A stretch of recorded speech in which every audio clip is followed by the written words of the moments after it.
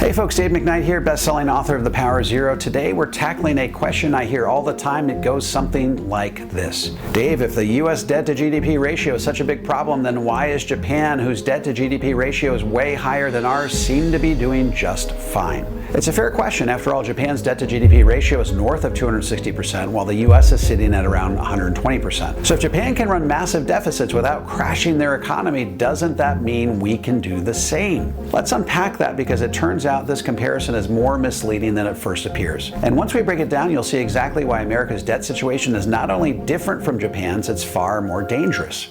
Let's start with the most important distinction. Japan's debt is almost entirely owned by Japan. In fact, over 90% of Japan's government debt is held by Japanese citizens, institutions, and their own central bank. In contrast, nearly 30% of U.S. debt is owned by foreign countries, with China and Japan as two of our biggest creditors. That means we're far more vulnerable to the whims of international markets, global interest rate shifts, and geopolitical tensions.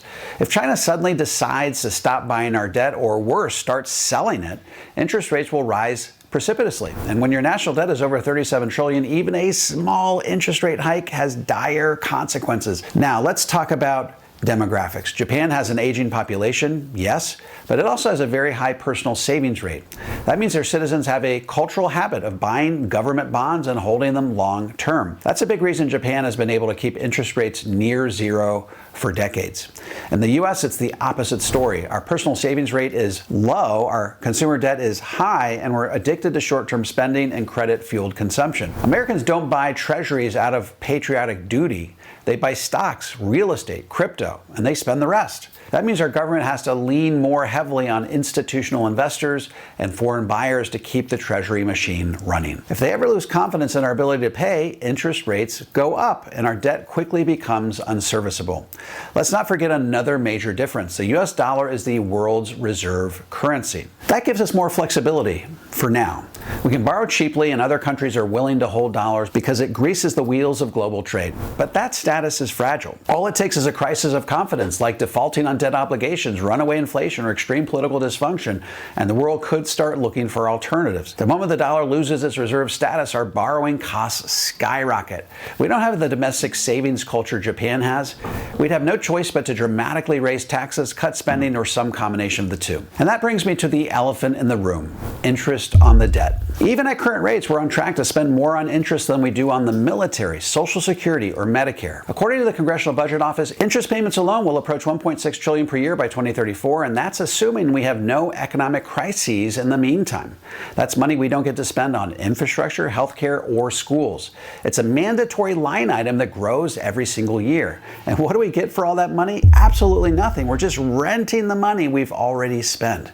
Japan, by contrast, has been able to finance its debt at near zero interest rates for decades. That's partly because their central bank owns much of the debt and can control rates. But here's the catch. If inflation ever does come roaring back in Japan and their central bank has to raise rates to fight it, the whole house of cards collapses. That's the risk of a debt-fueled economy, no matter the country. So when people say Japan's doing fine, I say, for now. But their situation is built on low interest rates, cultural saving habits, and tight monetary control. Ours isn't. And let's be honest, we haven't earned a lot of trust with our fiscal policy. We suspended the debt ceiling. We added trillions in new spending. We've promised more in Social Security and Medicare benefits than we'll ever be able to deliver under the current tax system. That's why we can't afford to get complacent. Yes, the One Big Beautiful Bill Act made the Trump tax cuts permanent, but do you really think those tax rates will stay low forever when the already stratospheric $37 trillion national debt is slated to grow by $2 trillion per year over the next decade? That's why I'm calling it a temporary, permanent tax cut. By 2035, we're going to need huge infusions of cash just to stay afloat. And there are only three places that cash can come from: higher taxes, reduced benefits, or more money printing, which leads to inflation. Do you want to rely on any of those outcomes in your retirement years? I know I don't. That's why the Power Zero retirement planning approach is more relevant now than ever. If you want to protect your retirement from rising taxes, you need to start shifting assets to tax-free accounts today. I'm talking about Roth IRAs, Roth 401ks, strategic Roth conversions, properly structured cash value life insurance, and if you can keep your provisional income low enough, then tax-free Social Security. We're talking multiple streams of tax-free income, none of which show up on the IRS's radar, but all of which contribute to you being in the 0% tax bracket. Your goal should be to get to the 0% tax bracket before tax rates go up for good. Get all the heavy lifting done before the end of tax year 2034, when we're likely to see a dramatic rise in tax rates. Because once Congress is forced to raise taxes, and trust me, they will, it'll be too late. So don't point to Japan as a reason to relax. Their situation is entirely different than ours. But remember, they'll have their own day of reckoning before long as well. If you want help creating your own tax-free retirement plan, head over to davemcknight.com and click on the Connect with an Advisor button. I'll get you connected with someone in the Power Zero network that has been trained, vetted, and qualified personally by me. And if you found this video helpful, be sure to like, subscribe, and click that bell so you never miss an episode. This is Dave McKnight. I look forward to seeing you on the next video.